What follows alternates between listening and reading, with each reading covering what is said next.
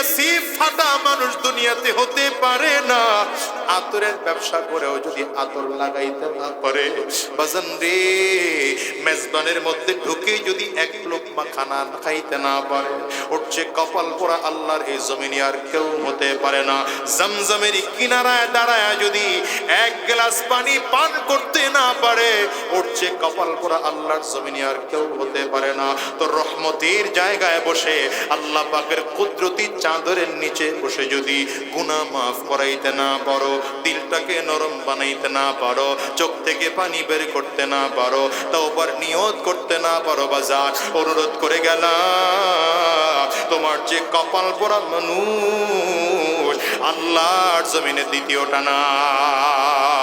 এই জন্য দিলটা ভেঙে চুরে দিয়ে মালিক রে বলো, আয় আল্লাহ,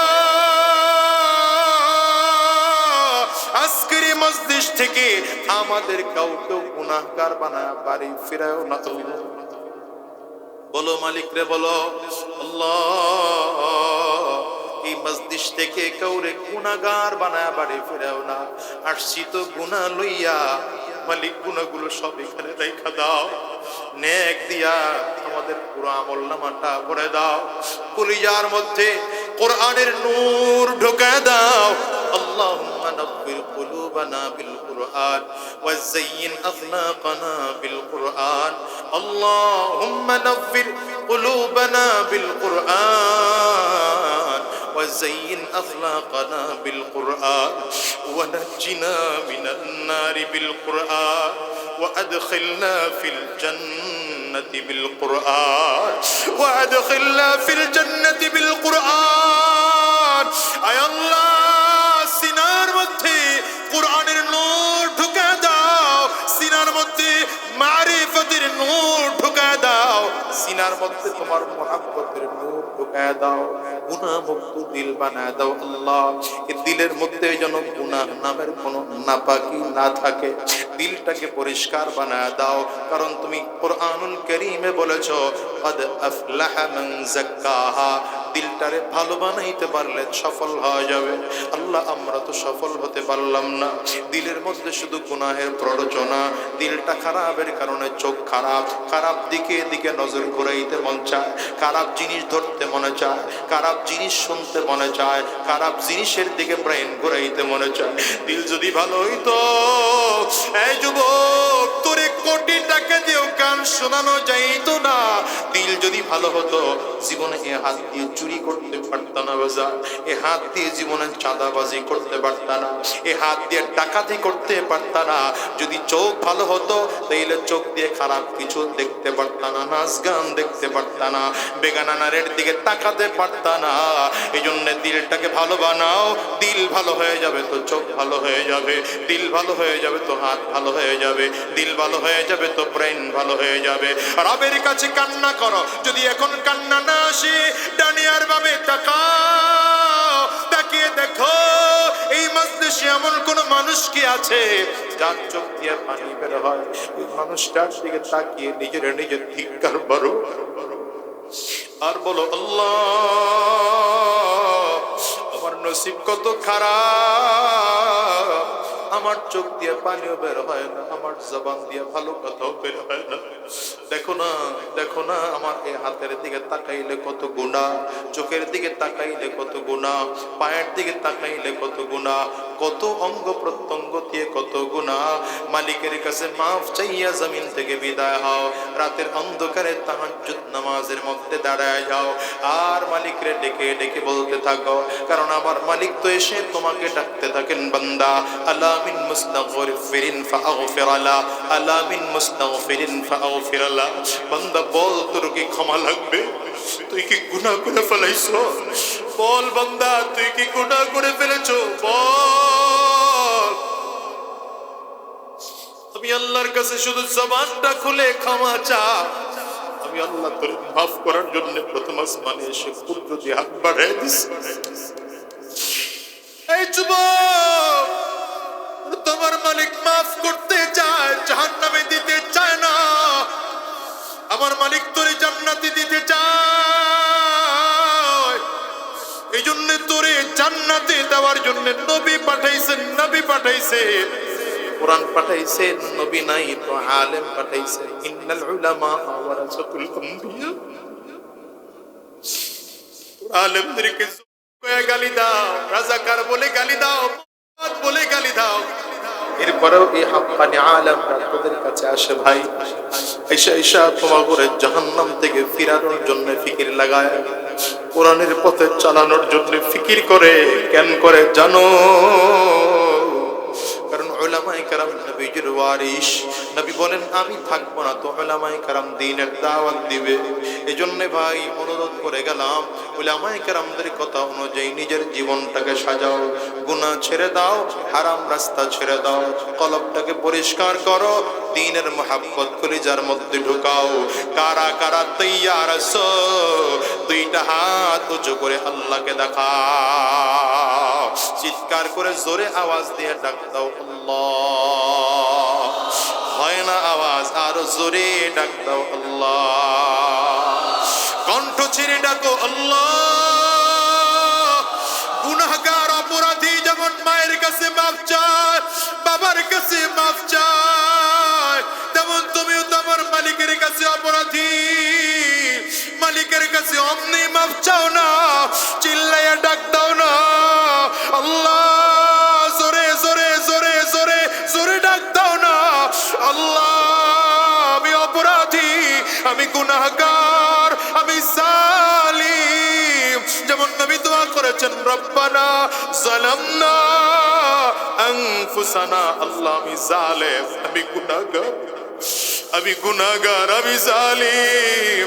আল্লাহ আমারে মাফ করে দাও, ক্ষমা করে দাও। ওয়াদা করলাম আর হারাম রাস্তায় কদম বাড়াবো না, শয়তানি রাস্তায় কদম বাড়াবো না, গুনাহের পথে চলবো না, হারাম রাস্তায় চলবো না। আল্লাহ তুমি কবুল করে নাও, কবুল করে নাও। জবান খুলে বলো আমিন, আওয়াজ দিয়ে চিল্লায় বলো আল্লাহুম্মা আমিন। হযরত ওমর কে? সে হযরত ওমর যিনি নবীজির মাথা আনার জন্য রওনা করেছেন। কি মনে করতেছেন? বাস বাস বাস, আর কিছু করেন না।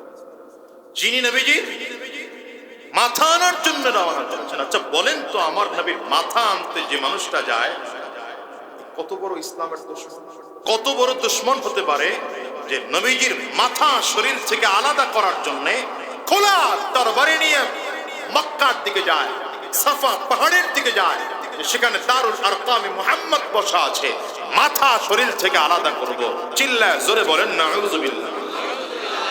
হযরত ওমর তরবারি নিয়ে রওনা করেছে, তরবারি নিয়ে রওনা করেছে, কিন্তু আল্লাহ তাআলা দিলের মধ্যে এমন এক পরিবর্তন ঘটায় দিলেন। হ্যাঁ, আল্লাহু আকবার। আপনারা ইতিহাস জানেন, ইতিহাস বলা আমার উদ্দেশ্য না। হযরত ওমর তরবারি নিয়ে রওনা হয়েছেন, তো রাস্তায় ডাক দিয়ে বলে, যাও তো মুহাম্মদের মাথা আনার জন্য। বাড়ির খবর নিয়েছ? কেন, বাড়ির কি হয়েছে? বলে গিয়ে দেখো। গিয়ে দেখছে বোন আর বোন জামাই মুহাম্মদুর রাসূলুল্লাহর উপরে নাযিলকৃত কোরআন তিলাওয়াত করছে। লাঠি মেরে দরজা ভেঙেছে, তরবারির পাট দিয়ে বোন আর বোন জামাইকে পেটাতে হয়েছে। বোন সামনে এসে দাঁড়িয়েছে, আমার স্বামীর গায়ে হাত দিবা না ওমর।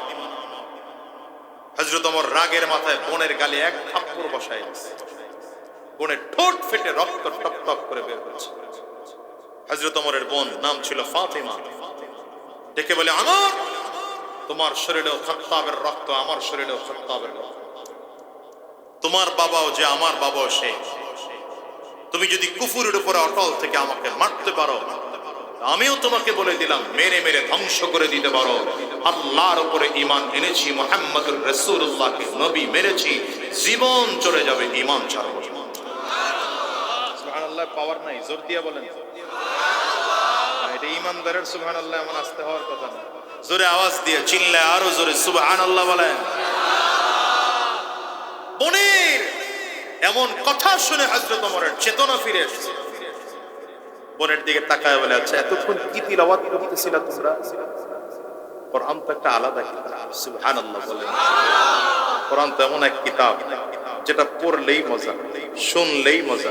হ্যাঁ, আরেকজন পড়তেছে, আপনি শুনতেছেন, সেখানেও মজা, সরাসরি শুনলেও মজা, ইমামের কণ্ঠে শুনলেও মজা, মুয়াজ্জিনের কণ্ঠে শুনলেও মজা, সাধারণ মানুষের কণ্ঠে শুনলেও মজা। হযরত ওমর বলেন যে কি কি তিলাওয়াত করতেছিল আমার একটু শোনাও। কোরআন তো এক জাদুকরী কালাম, আল্লাহু আকবার।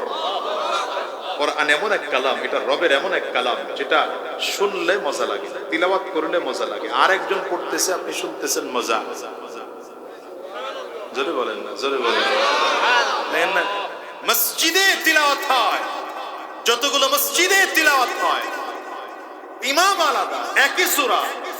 40 বছর, এই যে 50 বছরের মুরব্বীরা এখানে বসা আছেন, এদেরকে যদি জিজ্ঞাসা করেন এই বাজানের বয়স কত বাবা, কত হবে, কত বয়স হবে? 70 হয়ে গেছে। 70 যদি বয়স হয়, এই বাজান তো 70 বছর ধরে একই সূরা ফাতিহার তিলাওয়াত শুনতেছে, কি ঠিক না বেঠিক? এরপরে ওনাকে জিজ্ঞাসা করেন তো বাবা সূরা ফাতিহা শুনতে বিরক্ত লাগে না? দেখবেন উনি উত্তর দিবে না, যত শুনি তত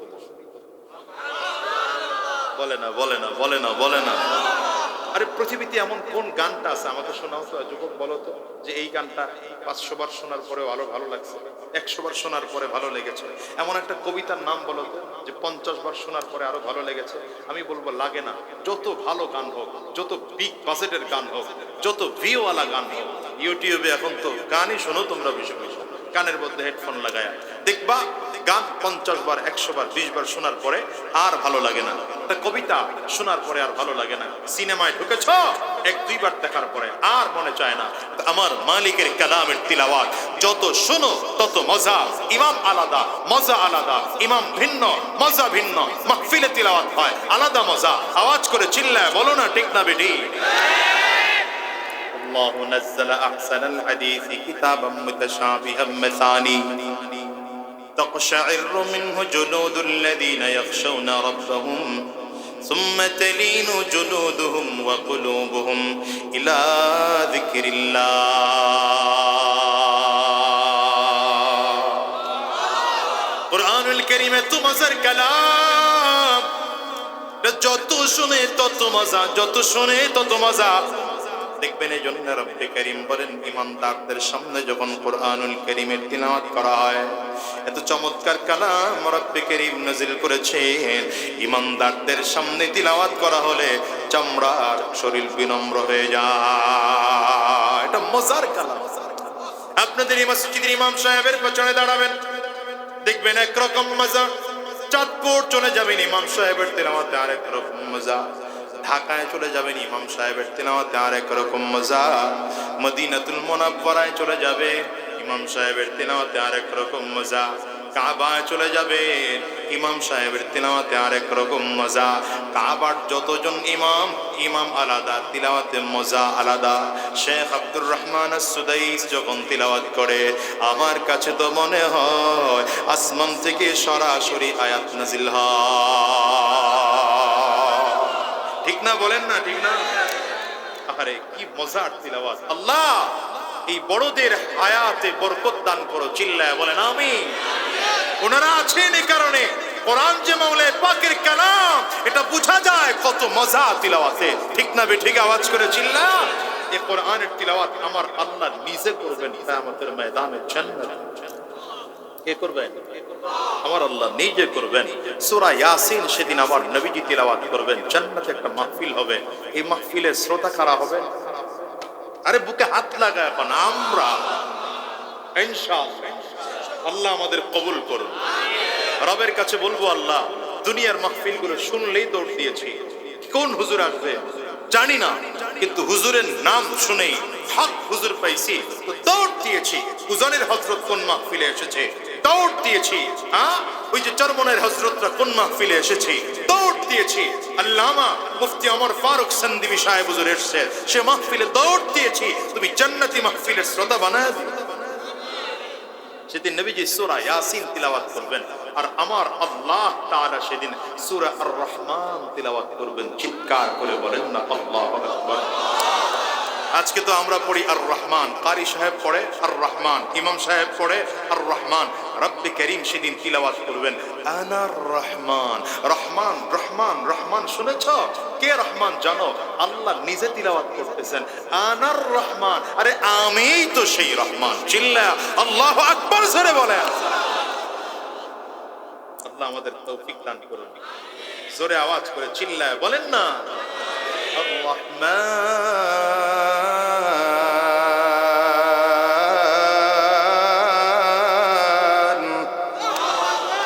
আল্লামাল কুরআন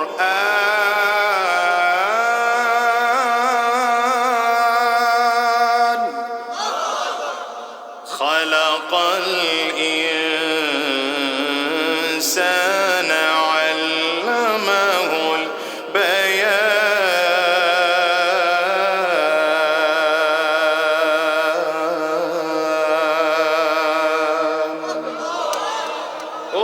আমার মালিক যেদিন তিলাওয়াত করবেন, মানুষগুলো হাসরের ময়দানে এই জান্নাতি মাহফিলের মধ্যে আনন্দে গলা কাটা মুরগির মতো শুধু লাফাতে আরম্ভ করবে। আল্লাহ যদি সেদিন আমাদের শ্রোতা বানায় দিতেন, জোরে চিল্লায় বলেন না। হযরত ওমর ডেকে বলেন, বোন এতক্ষণ ধরে যা যা পড়েছো আমারে কি শোনানো যায়? বোন ডেকে বলে, তোমাকে শোনানো যাবে না, তোমার কাছে পৃষ্ঠা দেওয়াও যাবে না। কেন? তুমি না পাক। হযরত ওমর বলেন, তাইলে বলো কেমন করে পাক হব? হযরত ওমরের বোন ফাতিমা ডেকে বলেন, যদি পাক হতে হয় পদ্ধতি শিখায় দিচ্ছি। এই পদ্ধতি অনুযায়ী সুন্দর করে গোসল করে পাক পবিত্র হয়ে আমার সামনে হাজির হও। হযরত ওমর বোনের শিখানো পদ্ধতি অনুযায়ী সুন্দর করে গোসল করে পাক পবিত্র হইয়া পবিত্র কাপড় পরিধান করে বোনের সামনে হাজির।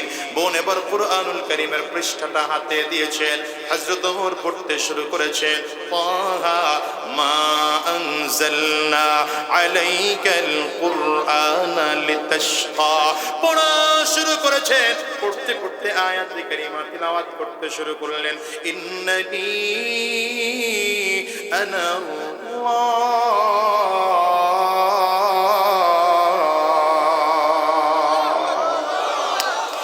ইন্নানি আনা আল্লাহ।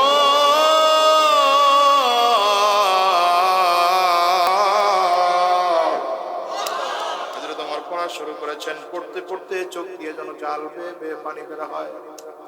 হঠাৎ করে বোনের হাতটাকে চেপে ধরলে, বোন জামাইয়ের হাতকেও আরেক হাত দিয়ে চেপে ধরলে, ডেকে বললেন, এই কোরআনের আয়াত কোথায় শেখানো হয় আমারে বলো, আর দেরি করব না, আমারে নিয়ে যাও মুহাম্মদের কাছে, কালিমা পড়ে মুসলমান হয়ে যাব। ইসলামের চরম দুশমন আজকে পরম বন্ধু বলে বলছে। সুবহানাল্লাহ, আরে সুবহানাল্লাহ। এই এলাকার সুবহানাল্লাহ, এই এলাকার সুবহানাল্লাহ মাটির তলে মনে হয় অনেক টাইনা উঠাইতে কষ্ট হচ্ছে। সুবহানাল্লাহ জোরে বলেন। সুবহানাল্লাহ। সবাই বলতে পারবেন না সুবহানাল্লাহ? ওয়াজ করে করুন, আপনাদের আওয়াজের টেস্ট করে লই, আপনাদের আওয়াজের পরিস্থিতিকে বুঝে লই আমি। আচ্ছা, একটু সব থেকে আস্তে আওয়াজে বলেন তো আল্লাহু আকবার। আস্তে আওয়াজে বলতে জোরে, সব থেকে আস্তে আওয়াজে বলবেন আল্লাহু আকবার। আবার জোরে ধরা খাইছেন। আচ্ছা, এইবার কণ্ঠের যতটুকু আওয়াজ আছে পুরোটা আওয়াজ ফালায়া দিয়ে চিল্লায়া জোরে বলেন তো আল্লাহু আকবার। এই হযরত ওমর বোনকে এক হাতে, বোন জামাইকে আরেক হাতে ধরে রওনা করেছেন।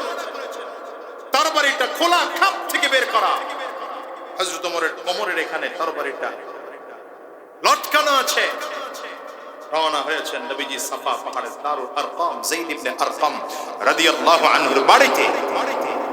সাহাবায়ে কেরাম দূর থেকে তাকিয়ে দেখছেন ওমর আসতেছে। সাহাবায়ে কেরাম দাঁড়ায় গেছে। হযরত ওমরকে হুজুর, সাহাবায়ে কেরাম মাত্র 39 জন সাহাবী, 6 বছর বয়সে মাত্র 39 জন সাহাবী। অন্যান্য সাহাবীরা বলেন, পয়গম্বর শুধু অনুমতি দেন ওমরকে শেষ করে ফেলেন। নবীজি বলেন অপেক্ষা করো, কারণ পয়গম্বরের তো বিশ্বাস আছে, রবের কাছে রাতের বেলা দোয়া করেছিলেন আল্লাহুম্মা আইজ্জিল ইসলামা বিআহাদিল উমরাইন। তো নবীজি দোয়া করছেন আল্লাহুম্মা আইজ্জিল ইসলামা বিআহাদিল উমরাইন। আয় আল্লাহ, মক্কার মধ্যে দুইজন ওমর আছে, এক ওমর কে? হ্যাঁ, আবু জাহলের নাম কি? আমর ইবনে, না আবুল হাকাম না, এটা ওর নাম না, এটা ওর উপাধি, নাম হচ্ছে আমর ইবনে হিশাম। আরেক ওমর হলো ওমর ইবনুল খাত্তাব। নবী দোয়া করেছেন দুই ওমরের মধ্য থেকে এক ওমরকে ইসলামের জন্য কবুল করে ইসলামের সম্মান বাড়িয়ে দাও। পয়গম্বর তো জানেন রাতের অন্ধকারে রবের কাছে দোয়া করেছি, আমার আল্লাহ আমার দোয়া ফিরিয়ে দেবেন না। আল্লাহর নবী বলেন ওমরকে আসতে দাও, সামনের দিকে আসতে দাও। হযরত ওমর রওনা করেছেন, এসে একদম নবীজির সামনে এসে দাঁড়িয়েছে। পয়গম্বরের সামনে দাঁড়ানো, খোলা তরবারিটা হাত থেকে টেনে টেনে টেনে টেনে বের করতেছে। সাহাবায়ে কেরাম সব অপেক্ষায় আছেন, নবীজি যদি বলেন ওমরের বিরুদ্ধে আমরা ৩৯ জন মুসলমান চাপিয়ে পড়বো, ওমরকে জমিন থেকে বিদায় করে দেব, আমার নবী হাতের ইশারা করে সাহাবায়ে কেরামদেরকে থামতে বলেন। কিতাবের মধ্যে লেখা হয় রাহমাতুল লিল আলামিনের সামনে যখন ওমর দাঁড়িয়েছে, নবীজি ডান হাতের শাহাদাত আঙ্গুলে দিয়ে হযরত ওমরের মধ্যে হালকা করে একটু ধাক্কা দিয়ে বলেন, কেন আসছো কেন? আমার শুধু ধাক্কা দিয়েছেন, ছোট্ট করে একটা হালকা ধাক্কা দিয়েছেন। ধাক্কা দিতে দেরি হয়, হযরত ওমর থরথর করে কাঁপতে আরম্ভ করেছেন। কাঁপতে কাঁপতে হযরত ওমরের তরবারিটা হাতের থেকে পড়ে গেল। হযরত ওমর নবীজির পায়ের সামনে বসে পড়েছেন, তরবারিটা উঠায়া নবীজির পায়ের সামনে বিছায় দিয়ে ডেকে বললেন, মুহাম্মদ, এই তরবারি এতদিন চলেছে ইসলামের বিরুদ্ধে, কোরআনের বিরুদ্ধে, দ্বীনের বিরুদ্ধে, আজকে থেকে এই তরবারি চলবে ইসলামের পক্ষে, কোরআনের পক্ষে, দ্বীনের পক্ষে, বাধা মানব না। হযরত ওমর হাত বাড়ায় দিলেন, পয়গম্বর হাত বাড়ায় দিলাম, কালিমা পড়ায় দেন, মুসলমান বানায় দেন। নবীজি কালিমা পড়ায় দিলেন, মুসলমান বানায় দিলেন। যেই ওমর ইসলামের চরম দুশমন ছিল, সেই ওমর নবীজির হাতে হাত দিয়ে কালিমা পড়ে মুসলমান হয়ে গেলেন। একদিন দুই দিন করে করে হিজরতের পরে যখন বদরের যুদ্ধ শুরু হবে, বদরের যুদ্ধে নবীজির সামনে দাঁড়ায় হযরত ওমর বলেন, পয়গম্বর টেনশন করা লাগবে না, টেনশন করা লাগবে না। ৩১৩ জন সাহাবী, আপনি চোখের পানিগুলো ফেলে কান্না করেন, কাফিররা হাজার, আপনার সাহাবীদের সংখ্যা মাত্র ৩১৩ জন, এদের সামনে কেমন করে বিজয় অর্জন করবেন? পয়গম্বর ৩১৩ জনের মধ্য থেকে যদি ৩১২ জন চলে যায়, আপনি একা সেনাপতি থাকবেন আর আমি ওমর একা সৈন্য থাকবো, হাজার কাফিরদের বিরুদ্ধে যুদ্ধ করব, আমি ওমর একা হলেও ময়দান ছেড়ে পালাবো না। আল্লাহু আকবার, চিল্লায় জোরে বলো। ইলাবের অস্ত্র মোদের, লা ইলাহা ইল্লাল্লাহ, লা ইলাহা ইল্লাল্লাহ, লা ইলাহা ইল্লাল্লাহ, লা ইলাহা ইল্লাল্লাহ। ইনকিলাবের অস্ত্র মোদের, লা ইলাহা ইল্লাল্লাহ, লা ইলাহা ইল্লাল্লাহ, লা ইলাহা ইল্লাল্লাহ, লা ইলাহা ইল্লাল্লাহ। কষ্ট হয় এই কালিমা বিপ্লবী, তাই ভয় করি না আর কারো, ভয় করি না, ভয় করি না, আশুক হাজার পান আরো, বদর উহুদ খন্দকে জয় এনেছি দাস থেকে, জালিম জানের প্রাসাদ স্বপ্ন তুলে দিতে দেই পাল্লা, লা ইলাহা ইল্লাল্লাহ, জোরে লা ইলাহা ইল্লাল্লাহ, লা ইলাহা ইল্লাল্লাহ, লা ইলাহা ইল্লাল্লাহ।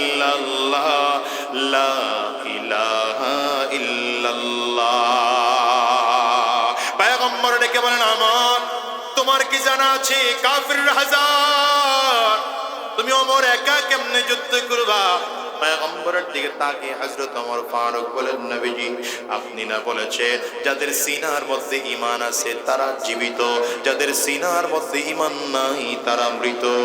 তো আমি একা জীবিত, কাফিররা হাজার হলেও ওদের মধ্যে ঈমান নাই, মৃত। আমি মৃত মানুষের সাথে যুদ্ধ করতে ওমর ভয় পাই না।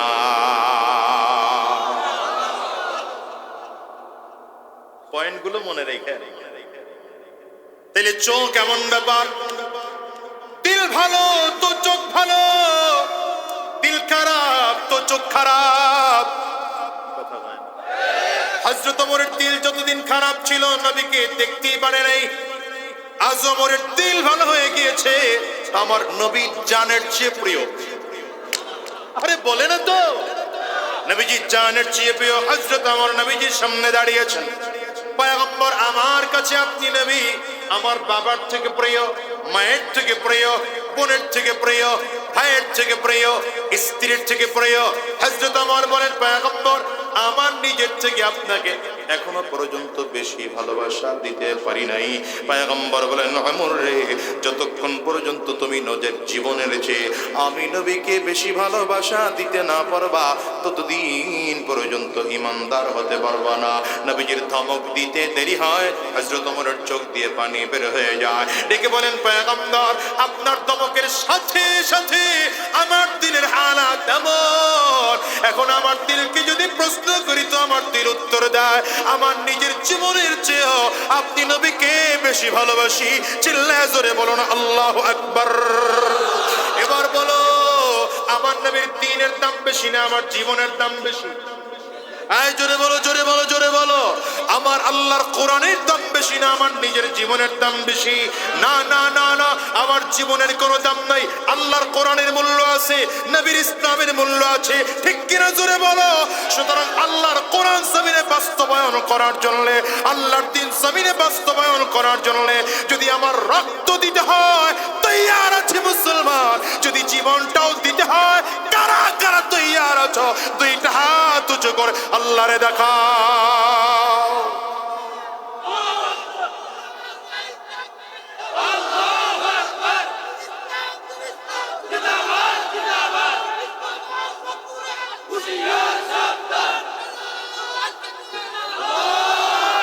আল্লাহ কবুল করো, আমিন বলে। তো হযরত সুমামা রাদিয়াল্লাহু আনহুর কথা বলছিলাম। সাহাবায়ে কেরাম এই লোকটাকে কাফির থাকা অবস্থায় অ্যারেস্ট করে নিয়ে আসছে, নবীজির মসজিদে নববীতে বসা, পয়গম্বরের সামনে এসে দাঁড় করালে। নবী বললেন সুমামা কি করতে চাও তুমি বলো। সুমামার লোকটা কাফির থাকা অবস্থায় এমন ছিল যে সাহাবায়ে কেরাম তার বাড়ির সামনে, এলাকার সামনে দিয়ে যাইতো আর নিরাপদে যাবে এটা কল্পনাও করা যেত না। ডাকাতি নয়তো মারামারি নয়তো পিটানি, যত ধরনের হাঙ্গামা আছে সুমামা তাই করতো। বহুত সাহাবীকে হত্যাও করেছে, শহীদ করেছে। আজকে নবীজির সামনে যখন এসে দাঁড়িয়েছে, এখন নবীজির হাতে আটক হওয়ার পরে সুমামা কয় মুহাম্মদ আমি যদি আমারে শাস্তি দাও দিতে পারো, কতল যদি করো করতে পারো, কারণ আমি কতল হওয়ার যোগ্য। ধরা খায় কি বলছে, কতল হওয়ার যোগ্য। তবে তুমি যদি মাফ করো করতে পারো, কারণ তুমি তো রহমাতুল লিল আলামিন, তুমি দয়ালু নবী, তুমি চাইলে আমার মাফ করে দিতে পারো, বাকি ফয়সালা তোমার। নবীজি বলেন তুমি কি আর কিছু বলতে চাও? পয়গম্বরের চিন্তা হচ্ছে দেখি ও আমার উপরে ঈমান আনে কিনা। কিন্তু ইসলামের থিওরি হচ্ছে জোর করে কাউকে কালিমা পড়ানো যাবে না, এজন্য চাপও দিচ্ছেন না। সাহাবায়ে কেরামদেরকে নবী বলেন ওর হাত পা বেঁধে মসজিদে নববীর খুঁটির সাথে বেঁধে রাখো। হযরত সুমামা রাদিয়াল্লাহু আনহুকে সাহাবায়ে কেরামকে নবী বললেন হাত পা সহ খুঁটির সাথে বেঁধে রাখো। একদিন হয়ে গিয়েছে, পরের দিন নবীজি জিজ্ঞাসা করলেন সুমামা তুমি কিছু বলতে চাও? গতকালকে যা উত্তর দিছে আজকেও তা। দ্বিতীয় দিন নবীজি আবার ওকে জিজ্ঞাসা করছেন তুমি আজকে কিছু বলতে চাও? একই উত্তর। তৃতীয় দিন আবার নবীজি ঢুকে জিজ্ঞাসা করলেন সুমামা তুমি কিছু বলতে চাও? একই উত্তর। রাহমাতুল লিল আলামিন অনেকক্ষণ পরে সাহাবায়ে কেরামদেরকে বললেন হাত আর পায়ের রশিটা খুলে দাও, করে ছেড়ে দাও। মনোযোগ দিয়ে শুনেন, মারেনও নাই কাটেনও নাই, কিছু বলেন নাই, ইসলাম গ্রহণ করতেও বলেন নাই, ইসলামের দাওয়াতও দেন নাই। 3টা দিন মসজিদে নববীর খুঁটির সাথে যে বেঁধে রেখেছেন, সাহাবায়ে কেরাম নবীজির প্রতি আনুগত্য কেমন ছিল ও তাকায় তাকায় দেখেছে। সাহাবায়ে কেরাম নামাজ কেমন পড়ে ও দেখেছে। নবীজির জবানের কিছু বয়ান মসজিদ নববীতে বসে করেছে। করা অবস্থায় সাহাবায়ে কেরামদের দিলের হালাত কেমন ছিল ও দেখেছে। নবীজি 3 দিন পরে বললেন, ছেড়ে দাও। সুমামার হাত পা ছেড়ে দেওয়া হলো, খুলে দেওয়া হলো। রশি খুলে মদিনা থেকে মসজিদ নববী থেকে বের হলেন। সাহাবায়ে কেরাম তাকিয়ে দেখছেন, ছেড়ে দিলে তো আসামি দৌড় দেওয়ার কথা। ও আস্তে আস্তে আস্তে আস্তে করে হাঁটে। সুমামা আস্তে আস্তে করে হেঁটে হেঁটে মসজিদ নববীর একটু সামনে গিয়ে একটা কূপ থেকে পানি উঠায় সুন্দর করে গোসল করেছে। সাহাবায়ে কেরাম যেমন করে গোসল করে ওই স্টাইলে গোসল করে কাপড়টারে পরিবর্তন করে ব্যাগ থেকে নতুন আরেকটা কাপড় পরে মসজিদ নববীর দিকে আসতেছে। সাহাবায়ে কেরাম অবাক দৃষ্টিতে তাকিয়ে আছেন, করে কি লোকটা? এসে এসে এসে একদম বারান্দা থেকে ঢুকে আমার নবীর মসজিদ নববীর সামনে মেম্বরের কাছে নবীজির পায়ের কাছে বসে পড়েছে, হাত বাড়িয়ে দিয়েছে, মুহাম্মদ কালিমা পড়িয়ে দাও, মুসলমান হয়ে যাও। এবার কি বলে এটা বুঝলেন। হযরত এখন এতক্ষণ ছিল সুমামা, এখন নাম হয়েছে কি হযরত সুমামা রাদিয়াল্লাহু আনহু। হ্যাঁ, কারণ এখন তো নবী সাহাবী, এখন কি হযরত সুমামা রাদিয়াল্লাহু আনহু এখন বলছে, মুহাম্মদ এতদিন আমার কাছে তোমার চেহারা ছিল পৃথিবীর সবথেকে নিকৃষ্ট চেহারা, এখন আমি আমার চোখ দিয়ে তাকিয়ে দেখছি আমার চোখে পৃথিবীর সবথেকে সুন্দর চেহারা আমার নবী মুহাম্মদুর রাসূলুল্লাহর চেহারা। এই খুব খেয়াল করেন, আমি কথাটা বুঝাতে চাইছিলাম, দিল খারাপ তো চোখ খারাপ, দিল খারাপ তো চোখ খারাপ। ওই যে দিল খারাপ ছিল, নবীজির চেহারাকে বিশ্রী চেহারা মনে হয়েছে, ভেতরে ঈমান ঢুকেছে, দিল ভালো হয়ে গিয়েছে। তখন তাকায় বলে, মুহাম্মদ তোমার চেহারা এখন আমার কাছে পৃথিবীর সবথেকে সুন্দর চেহারা। এই তো একটা। দ্বিতীয় নম্বর, মুহাম্মদ তোমার শহর মক্কা শহর, মদিনা শহর আমার কাছে পৃথিবীর মধ্যে সবথেকে ঘৃণিত শহর ছিল, কিন্তু এখন আমার কাছে মনে হয় তোমার শহর আমার কাছে পৃথিবীর সবথেকে প্রিয় শহর। এতদিন তোমার দিন, তোমার ধর্ম ইসলাম আমার কাছে ঘৃণিত ধর্ম ছিল, কিন্তু এখন আমার কাছে তোমার দিন, তোমার ধর্ম আমার কাছে শ্রেষ্ঠ মুহাব্বতের প্রিয় ধর্ম। চিল্লায় বলেন না আল্লাহু আকবার। দিল ভালো, চোখ ভালো, দিল ভালো, চিন্তা ভালো, দিল ভালো, ব্রেন ভালো, দিল ভালো, কান ভালো, দিল ভালো, জবান ভালো, দিল ভালো, হা দিল ভালো পরিষ্কার হয়েছে তো তুমি সফল হয়ে গেছো। হ্যাঁ, দিল পরিষ্কার হয়েছে তো সফল হয়ে গিয়েছো, দিল পরিষ্কার না তুমি সফল না। قد أفلح من زكاها قد أفلح من زكاها। দ্বিতীয় দিকে রব্বে কারীম বলেন, ইন্না আকরামাকুম ইনদাল্লাহি আতকাকুম। ভেতরটা তাজকিয়াতুন নফস হয়েছে, আত্মা পরিশুদ্ধ হয়েছে, তার মানে কলবের মধ্যে তাকওয়া ঢুকেছে। আল্লাহ বলেন, কলবের মধ্যে যদি তাকওয়া ঢুকে যায়, লোকটা আমার কাছে পৃথিবীর সবথেকে সম্মানিত মানুষ হয়ে যায়। রবের কাছে এমপির মূল্য নাই, মেম্বারের মূল্য নাই, চেয়ারম্যানের মূল্য নাই, আছে? জোরে বলেন। রবের কাছে অমুক তমুকের মূল্য নাই, আল্লাহর কাছে মূল্যবান কে, সম্মানিত কে বলেন তো? যার মধ্যে তাকওয়া আছে। শুধু তাকওয়া আছে সে মূল্যায়ন এমনই নয়, যার মধ্যে তাকওয়া আছে নবী সার্টিফিকেট দেয় লোকটা জান্নাতি। তিরমিজির মধ্যে হাদিস এসেছে, সাহাবায়ে কেরাম এসে প্রশ্ন করলেন, পয়গম্বর বলেন তো অধিকাংশ মানুষ কি কি গুণের কারণে জান্নাতে যাবে? পয়গম্বর বলেন 2 গুণের কারণে জান্নাতে যাবে। 1 নম্বর তাকওয়াল্লাহ, দ্বিতীয় নম্বর ওয়া হুসনুল খুলুকি। পয়গম্বর বলে 2 গুণের কারণে বেশিরভাগ মানুষ জান্নাতের মধ্যে যাবে। এর মধ্যে 1 নম্বর, যার মধ্যে আল্লাহ পাকের তাকওয়া আছে, সিনার মধ্যে আল্লাহ পাকের ভয় আছে। দ্বিতীয় নম্বর, যার আখলাক ভালো, এই মানুষগুলো জান্নাতে চলে যাবে। সাহাবায়ে কেরামদের মনে এখন পাল্টা প্রশ্ন তৈরি হয়েছে, পয়গম্বর তাইলে আমাদেরকে বলেন না বেশিরভাগ মানুষ জাহান্নামে কি কারণে যাবে? বুঝলাম তো জান্নাতে যাবে 2 গুণের কারণে, কিন্তু বেশিরভাগ মানুষ কি কি গুণের কারণে জাহান্নামে যাবে? নবী বলেন এটাও দুই কারণে। এক নম্বর আল ফামু, দ্বিতীয় নম্বর ওয়াল ফারাজু। নবী বলেন জবানের কারণে মানুষ জাহান্নামে যাবে, আর লজ্জাস্থানের কারণে মানুষ জাহান্নামে যাবে। এবার হিসাব করে দেখেন তো, জান্নাতে যাওয়ার রাস্তাও দুইটা, জাহান্নামে যাওয়ার রাস্তাও দুইটা। বেশিরভাগ মানুষ জাহান্নামে যাবে দুই কারণে, বেশিরভাগ মানুষ জান্নাতে যাবে তাও দুই কারণে। জাহান্নামে যাওয়ার দুই কারণের মধ্যে এক কারণ, জবান ভালো না থাকলে লোকটা জাহান্নামে যাবে। ইজ্জতের হেফাজত করতে না পারলে মানুষ জাহান্নামে যাবে। আর যদি আখলাক ভালো বানানো যায়, তাকওয়া সিনার মধ্যে ঢুকানো যায়, জান্নাতে চলে যাবে। অনেকের দিল ভালো না, তো নামাজ তার ভালো না। এই জন্য দিল ভালো হলে চোখ ভালো হয়। তখন এমন হয় আমরা সাধারণ চোখে দেখি না, চোখ ভালো থাকার কারণে সে দেখতে পায়। শুরুর কথা মনে আছে না ভুলে গেছে? হযরত আব্দুল্লাহ ইবনে আব্বাস রাদিয়াল্লাহু আনহু, নাম শুনছেন? আব্দুল্লাহ ইবনে আব্বাস রাদিয়াল্লাহু আনহু কে ছিলেন? যিনি ছিলেন রইসুল মুফাসসিরিন, সকল মুফাসসিরিনদের সরদার।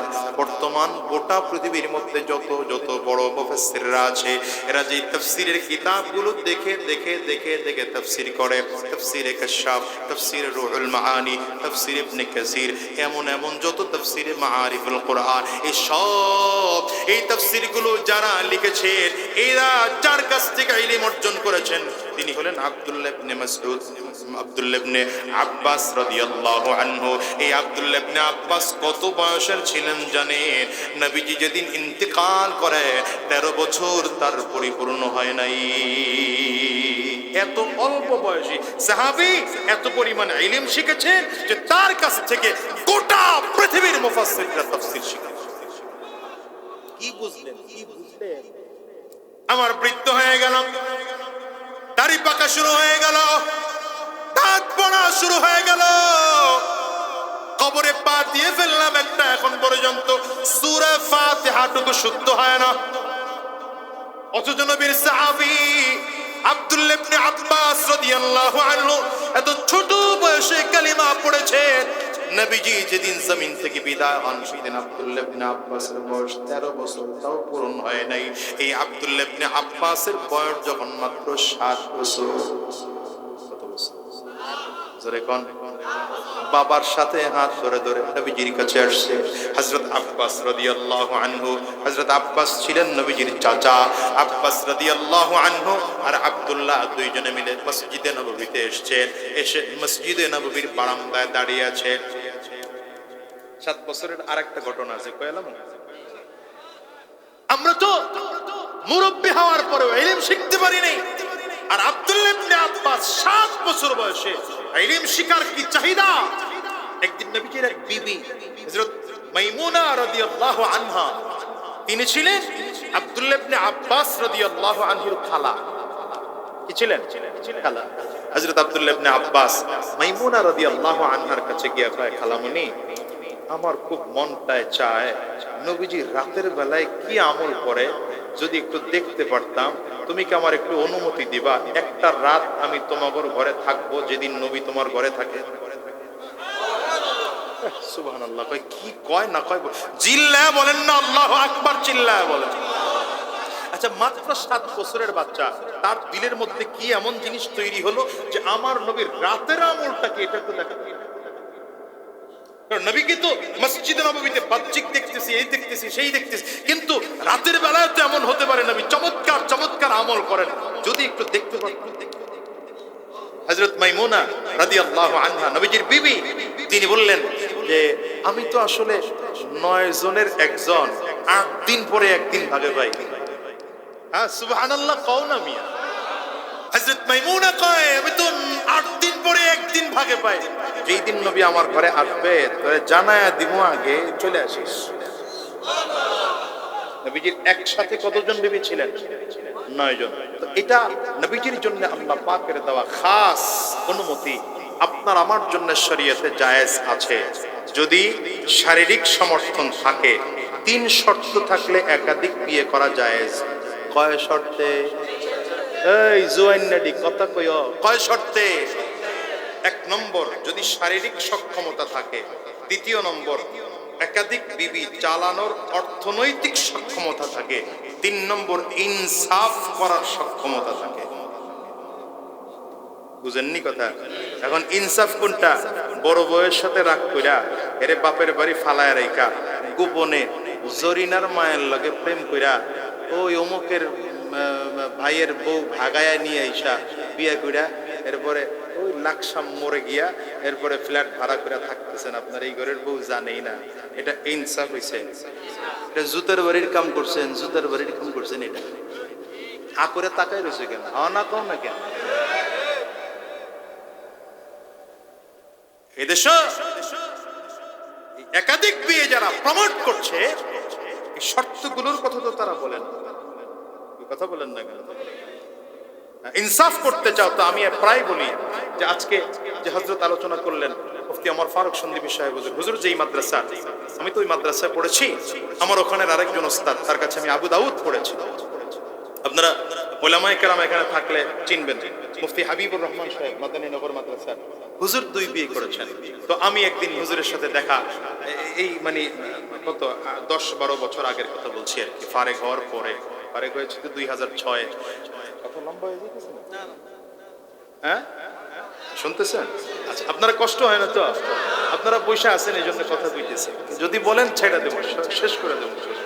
হুজুরের কাছে একবার গেলাম, তো দেখি হুজুর দোকান থেকে কি যেন কেনাকাটা করছেন, আমার মনটা চায় হুজুরকে একটু হাদিয়াটা দিয়ে দেই। তো গিয়ে বললাম, হুজুর আপনি যা নিছেন টিছেন বিলটা আমি দিয়ে দিই। বইলা আমিও দোকানদারের আরো কিছু কিছু প্যাকেট ট্যাকেট করাইলাম। এখন যা নেই হুজুরকে সেম আর একটা প্যাকেট যদি দিতে পারো তাইলে দাও, নাইলে দরকার নাই। তো তখনও আমার মাথায় ঢোকে না যে হুজুরের ঘরে তো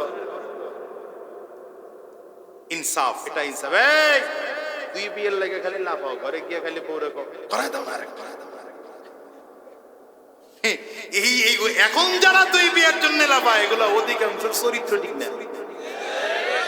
ইনসাফের সাথে করো, 2টা কেন 4টা পর্যন্ত অনুমতি তোমার জন্য দেয়া আছে, করো ইনসাফের।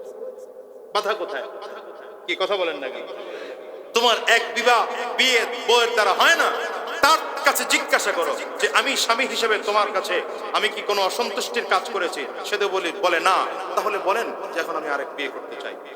তোমার ইনসাফের জায়গায় তোমাকে ঠিক রাখবো, তোমাকে দেখাশোনার মোটেও ত্রুটি করব না, তার দেখাশোনা 100% করে আপনি আরেক বিয়ে করেন, সামাজিক ভাবে করেন, তার জন্য আলাদা ব্যবস্থা করে দেন, দুইজনের সাথে সমতা বজায় রাখেন, অসুবিধা। কি কথা বলেন না কেন? কি কয় হেডি করতো না, করবো কেমনে? চরিত্র ঠিক আছে নি? ঠিক না? ঠিক জোরে বলেন। হুজুর এভাবে করে আমি 2টা প্যাকেট করে দিলাম, যা যা নিলাম সেম 2টা প্যাকেট। আশ্চর্যের বিষয় হলো এটা করে হুজুর কাঁচা বাজার করতে আমার সাথে করে নিয়ে গেলেন, নিয়ে 2টা কদু বলে আমাদের বরিশালের ভাষায়, আপনাদের দেশে কি বলে? কদু বা লাউ যেটাই বলেন, এটা একটা নিছে। তো 2টা নিয়া দোকানদাররা কয় চাকু আছে নি তোর কাছে? তো হুজুরের চিনা আগের থেকে, চাকু দিয়া এমনে করে পারবি? এমনে না, এমনি করে ফাললে এটারে কি কয়? আড়াআড়ি কয় না, আড়াআড়ি না, লম্বা লম্বি করে পারবি। এইটারও ফাটছে, ওইটারও ফাটছে, ফাইরা এটার অর্ধেক ওইটার অর্ধেক নিয়ে এক ব্যাগে ঢুকাইছে, আর বাকি 2 দিকের 2 অর্ধেক নিয়ে আরেক ব্যাগে। আমি আশ্চর্য হয়ে গেলাম, এটা কেমন? আমি বললাম উস্তাদ এটা কি? ওইটা বুঝবা না, করছো 2টা। আমি বললাম না হুজুর, এখন একটা লয়ে আসি।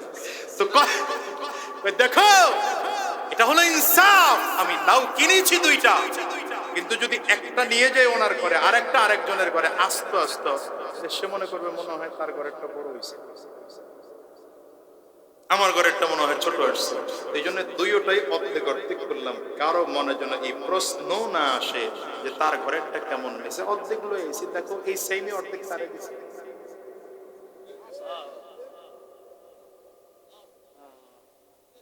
হ্যাঁ, ছোট বাচ্চা আব্দুল্লাহ ইবনে আব্বাস মনে আছে না? ভুলে গেছেন গা? বলে খালামণি আমার খুব মন চায় নবীজি রাতে কি আমল করে দেখতে। বলে ঠিক আছে, অপেক্ষা করো, 8 দিন পরে যেদিন আমার নবী আমার ঘরে থাকবেন আমি তোমারে জানায় দেবো আগে। তো জানায় দিছে, এই আব্দুল্লাহ আগামীকাল কিন্তু তোর খালু আমার কাছে থাকবো, যদি শিখতে মনে চায় তাহলে আয়া পড়িস। কয় না কেন সুবহানাল্লাহ, কয় না? হযরত আব্দুল্লাহ ইবনে আব্বাস 7 বছর বয়সের বাচ্চা। কত বছর? কি বুঝেন? 7 বছর বয়সের বাচ্চা আছে এখানে। কত তোমার বয়স? 10 হয়ে গেছে, বড় হয়ে গেছে। 7 বছরের বাচ্চা। আল্লাহু আকবার।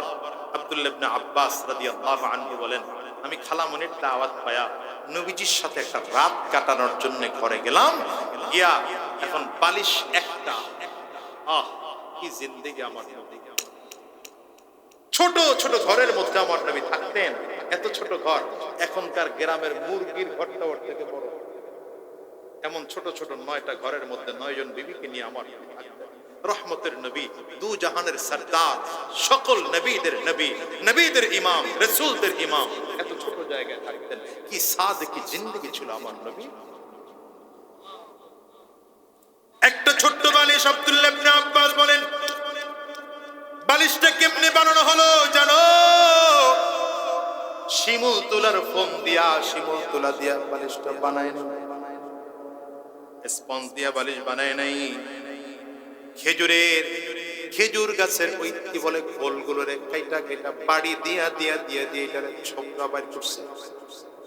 এই ছোপড়া গুলোকে একটা চামড়া সেলাই করে চামড়ার মধ্যে ঢুকায়া বালিশ বানানো। আব্দুল্লাহ ইবনে আব্বাস বলেন, এই বালিশটা লইয়া এমনি করে এই কিনারায় আমার নবী মাথা দিয়া এমনি করে শুইছেন। খালামণি এখানে মাথা দিয়েছেন মাইমুনা রাদিয়াল্লাহু আনহা।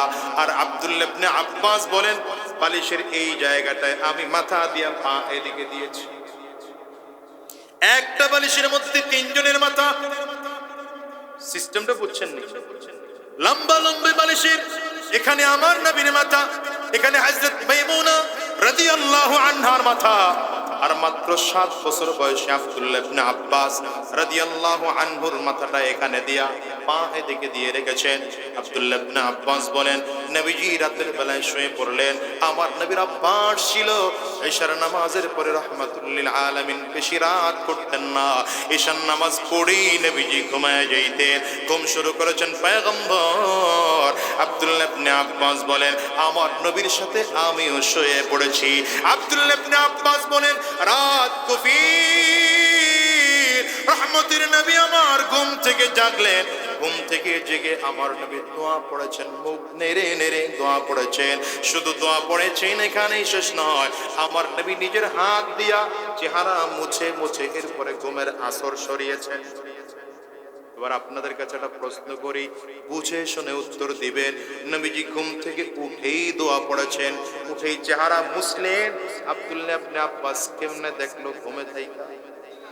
তার মানে বোঝা গেল সারাটা রাত আব্দুল্লাহ ইবনে আব্বাস বালিশ মাথায় লাগাইছে কিন্তু ঘুমায় না। এমনি এলেম আসে। এই মাদ্রাসার ছাত্র যদি 2-4 জন এখানে থাকো, কুরবানি ছাড়া ইলম আসে না। কুরবানি ছাড়া ইলম আসে না।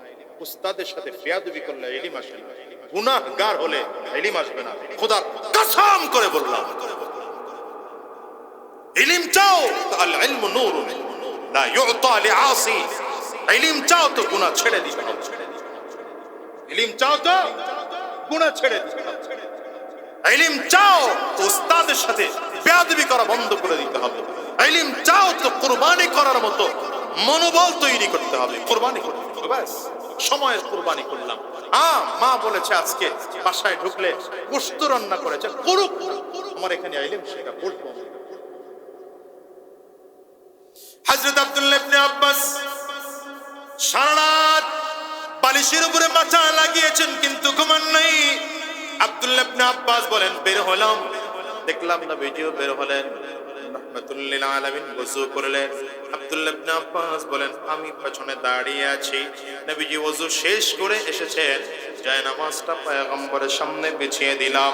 পয়গম্বর আরবি জায়নামাজ বিছিয়ে দাঁড়িয়ে গেলেন। আমি আমার নবীর বাম সাইডে দাঁড়িয়েছি।